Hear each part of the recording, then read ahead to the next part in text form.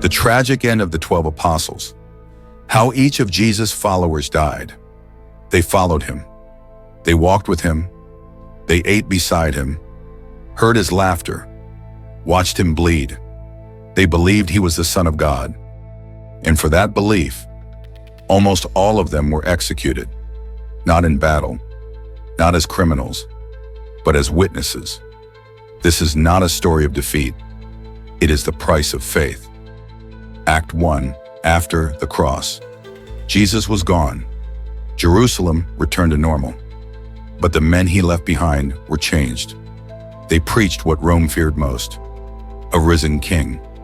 And Rome does not tolerate rival kings. One by one, they were hunted. Act 2. Peter, crucified upside down. Peter, the loudest, the boldest, the one who denied Jesus and wept. Years later in Rome, Peter was arrested, sentenced to crucifixion. But he made one request. I am not worthy to die like my Lord. So they turned the cross upside down, feet where the hands should be, blood rushing to the head. Peter died preaching forgiveness. Act 3. Andrew, the long death. Andrew chose the cross willingly, not nailed, tied.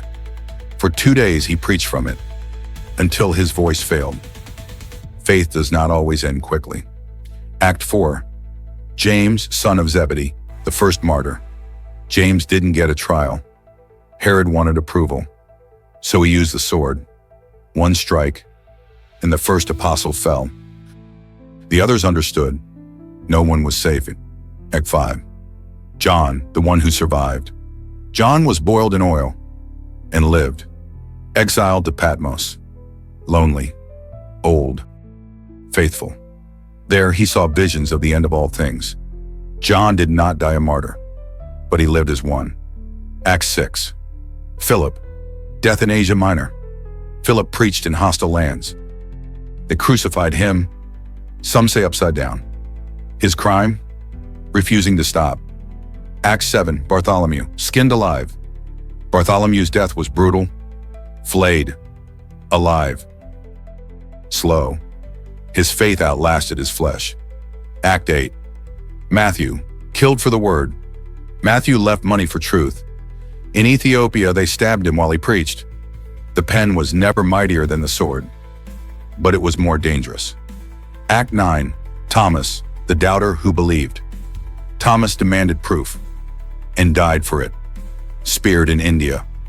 Faith found him, too late to save his life, too strong to abandon. Act 10. James, son of Alphaeus, silent death, thrown from the temple, survived, beaten to death. History barely remembers him. Heaven does. Act 11. Thaddeus, clubbed for Christ. Thaddeus preached quietly. They silenced him violently. Faith doesn't need volume. It needs endurance. Act 12. Simon the Zealot, sawn in two. Simon once fought Rome with weapons. Now he fought with words. They sawed him apart. Rome always answers faith with fear. Act 13. Judas Iscariot, the one who fell first. Judas never faced execution. He couldn't face himself. Betrayal is the only death that begins inside. Final act, what their deaths mean. These men could have lived. They could have lied. They could have walked away. But they didn't. Because people don't die for a lie they invented. They died because they believed what they saw. A risen Christ. Final line.